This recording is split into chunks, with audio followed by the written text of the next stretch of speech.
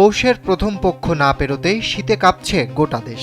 বিশেষ করে দেশের দক্ষিণ পশ্চিম অঞ্চলে জনজীবন রীতিমতো কাহিল হয়ে পড়েছে।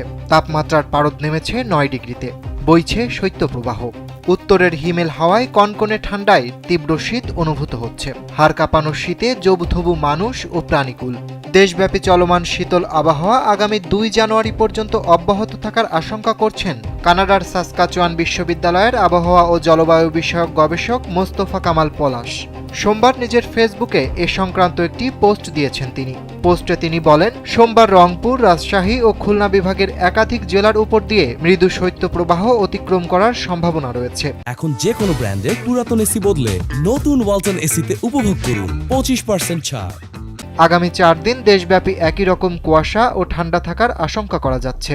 পলাশ বলেন, সোমবার দুপুর 2টায় ইউরোপিয়ান ইউনিয়নের কৃত্রিম ভূ উপগ্রহ থেকে প্রাপ্ত কুয়াশার চিত্র বিশ্লেষণ করে দেশের 61 জেলার উপরে মাঝারি থেকে ভারী ঘনত্বের কুয়াশার উপস্থিতি লক্ষ্য করা যায়। শুধু চট্টগ্রাম বিভাগের দক্ষিণ চট্টগ্রাম, কক্সবাজার ও পার্বত্য চট্টগ্রামের 3টি জেলার বিভিন্ন উপজেলার উপর হালকা থেকে মাঝারি মানের কুয়াশার উপস্থিতি লক্ষ্য করা যায়। দেশের বেশিরভাগ জেলার উপর দুপুর 3টার আগে সূর্যের দেখা পাওয়ার সম্ভাবনা খুবই কম। তবে বেশিরভাগ জেলার উপরে আজ সূর্য দেখা যাবে না। মঙ্গলবার দেশের অধিকাংশ জেলার উপর দিয়ে শৈত্যপ্রবাহ অতিক্রম করার আশঙ্কা করা যাচ্ছে।